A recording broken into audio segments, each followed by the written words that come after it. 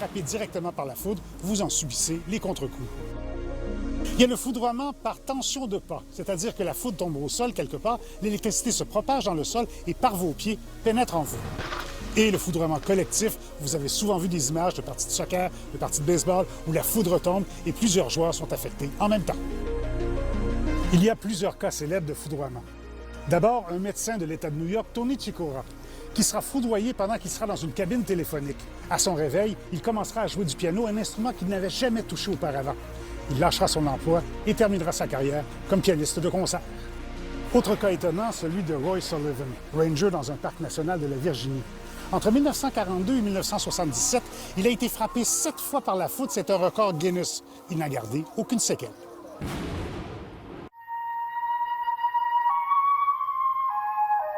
Grâce à sa tête et sa queue blanche, le pigargue à tête blanche est sans contredit l'un des oiseaux les plus facilement identifiables au Canada. Cet oiseau de proie emblématique plane haut dans le ciel au-dessus des plans d'eau, utilisant sa vision aiguisée pour trouver des poissons et d'autres proies de très loin. Le cri du pigargue est surprenant. Ce n'est pas un cri rauque, mais bien une série de sifflements écassants. Pour en savoir plus, visitez le ffdp.ca.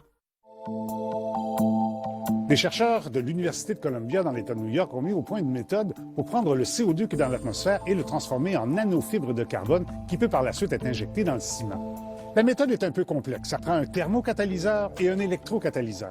D'abord, il s'agit de prendre la molécule de CO2 et d'en faire du CO. On va donc faire réagir à l'aide d'un électrocatalyseur, donc l'électricité, les molécules de CO2 et des molécules d'eau. Donc, au final, ça va nous donner du CO, ce qu'on veut, et de l'hydrogène. L'hydrogène est un carburant qui est totalement vert. Par la suite, il faut séparer le C du O pour avoir simplement du carbone. Là, on utilise le thermocatalyseur. En chauffant tout ceci à 400 degrés Celsius, on va séparer les deux molécules. Il y en a une, c'est de l'oxygène, elle va aller dans l'air, il n'y a pas de problème. L'autre, c'est le carbone qu'on recherche. En rajoutant du cobalt, les molécules de carbone vont s'amalgamer pour fabriquer ces nanofibres de carbone. Celles-ci, maintenant injectées dans le ciment, vont le rendre celui-ci beaucoup plus durable. On parle d'une durée de vie d'à peu près 50 ans.